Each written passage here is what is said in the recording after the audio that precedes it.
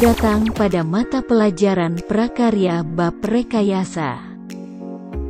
Assalamualaikum warahmatullahi wabarakatuh. Mari kita mempelajari bab rekayasa yang pertama mengenai kelistrikan. Apa sih itu kelistrikan? Kelistrikan adalah sifat benda yang muncul dari aliran listrik.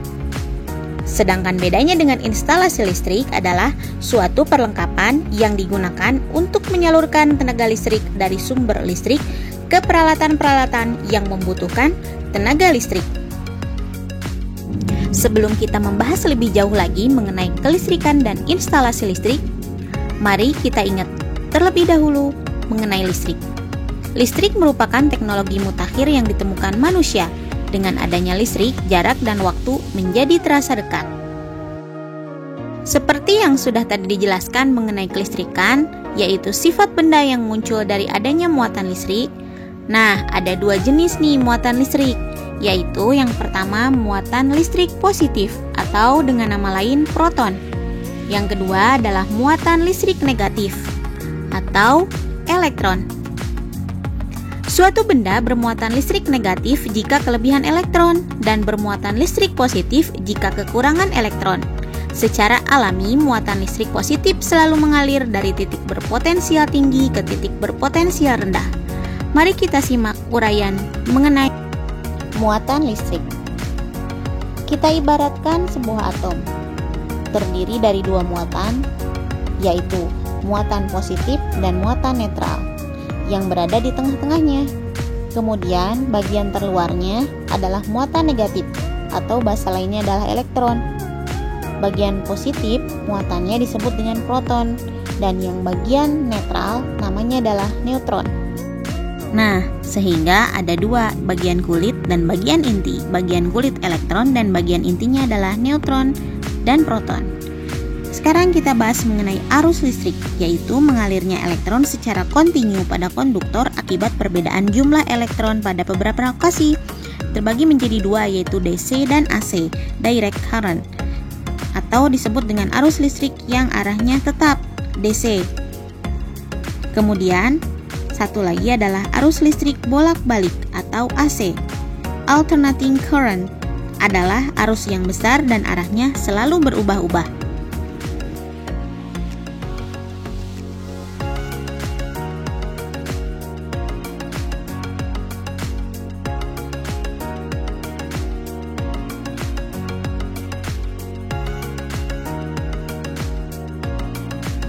Selanjutnya adalah satuan internasional dari arus listrik adalah ampere. Secara formal, satuan ampere didefinisikan sebagai arus konstan yang bila dipertahankan akan menghasilkan gaya sebesar 2 kali 10 pangkat min 7 Newton per meter di antara dua pengantar lurus sejajar dengan luas penampang yang dapat diabaikan berjarak 1 meter satu sama lain dalam ruang hampa udara. Dalam listrik, muatan menghasilkan medan elektromagnetik yang dilakukan ke muatan lainnya. Listrik muncul akibat adanya beberapa tipe fisika. Nah, tipe-tipenya yang pertama adalah 1. Muatan listrik. Sifat beberapa partikel subatomik yang menentukan interaksi elektromagnetik. Yang kedua, medan listrik. Tipe medan elektromagnetik sederhana yang dihasilkan oleh muatan listrik ketika diam, maka tidak ada arus listrik. Kemudian, selanjutnya, yang ketiga adalah potensial listrik, yaitu kapasitas medan listrik untuk melakukan kerja pada sebuah muatan listrik. Biasanya diukur dalam volt. Yang keempat, arus listrik, yaitu perpindahan atau aliran partikel bermuatan listrik, biasanya diukur dalam ampere. Dan yang terakhir adalah elektromagnetik, muatan berpindah menghasilkan medan magnet. Selain berfungsi sebagai penerangan, fungsi lain dari arus listrik adalah sumber energi. Karena dengan adanya arus listrik, seluruh energi dapat dibangkitkan. Oleh karena itu, listrik sangat penting bagi kehidupan sehari-hari. Mari kita bahas mengenai pembangkit listrik. Pembangkit listrik adalah suatu alat yang dapat membangkitkan dan memproduksi tegangan listrik dengan cara mengubah suatu energi tertentu menjadi energi listrik. Contohnya adalah PLTA, pembangkit listrik tenaga air, PLTU, pembangkit listrik tenaga uap, kemudian PLTN, pembangkit listrik tenaga nuklir, Selanjutnya adalah PLTB, pembangkit listrik tenaga batu bara. Selanjutnya adalah PLTS. PLTS adalah pembangkit listrik tenaga surya. Kemudian yang terakhir adalah pembangkit listrik tenaga angin.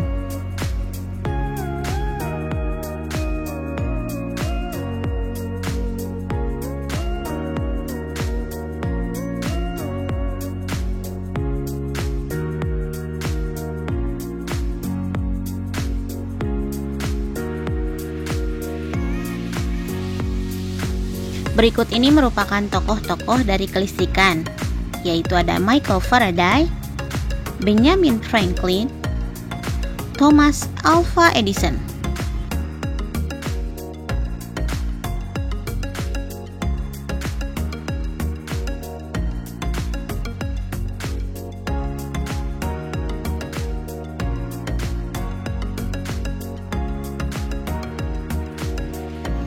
Berikut ini merupakan alat-alat untuk pengukur. Yang pertama, alat untuk mengukur tegangan listrik, yaitu ada voltmeter. Ada yang analog dan ada lagi yang digital.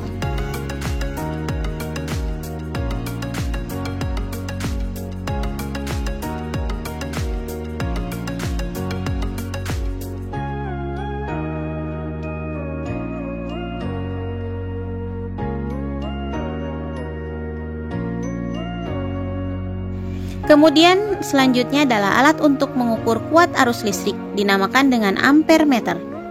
Ampere meter sendiri ada yang analog dan ada juga yang digital.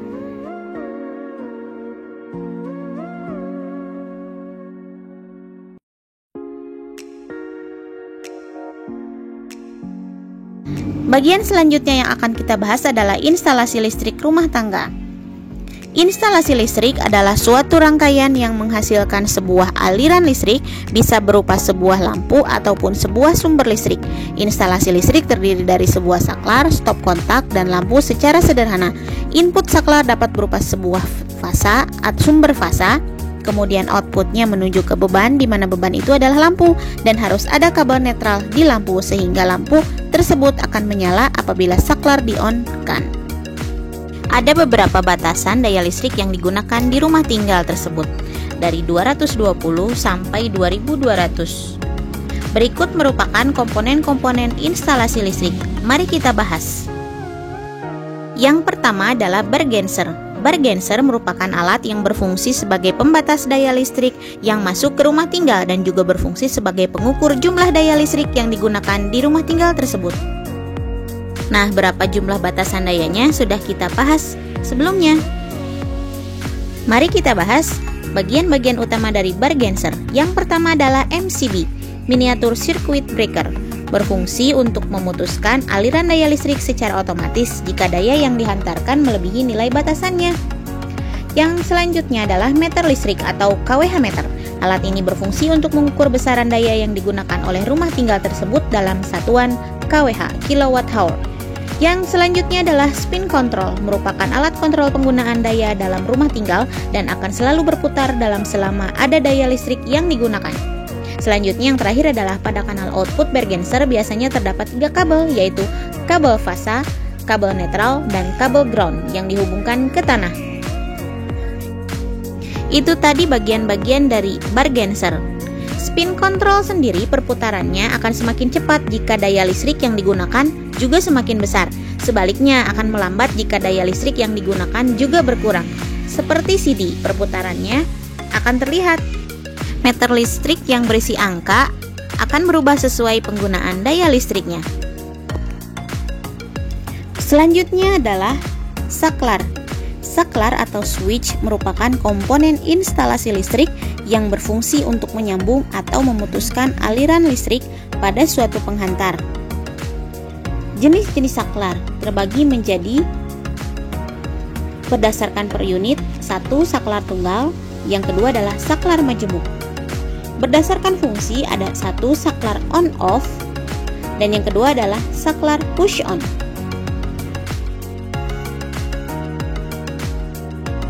Selanjutnya yaitu saklar berdasarkan tempat pemasangannya dibagi menjadi 2, yaitu saklar inbound dan saklar outbow.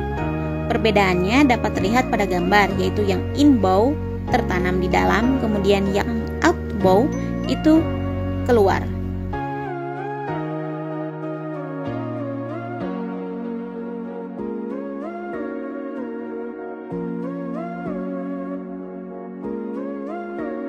Selanjutnya adalah stop kontak.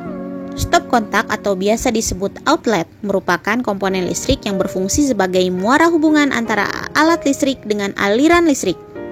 Terbagi menjadi dua, yaitu inbow dan outbow. Inbow merupakan stop kontak yang dipasang di dalam tembok, sedangkan outbow merupakan yang dipasang di luar tembok atau hanya diletakkan di permukaan tembok pada saat berfungsi sebagai stop kontak portable. Selanjutnya adalah steker atau staker, atau yang sering disebut colokan listrik, karena memang berupa dua buah colokan yang berbahan logam dan merupakan alat listrik yang berfungsi untuk menghubungkan alat listrik dengan aliran listrik. Ditancapkan pada kanal stop kontak sehingga alat listrik tersebut dapat digunakan.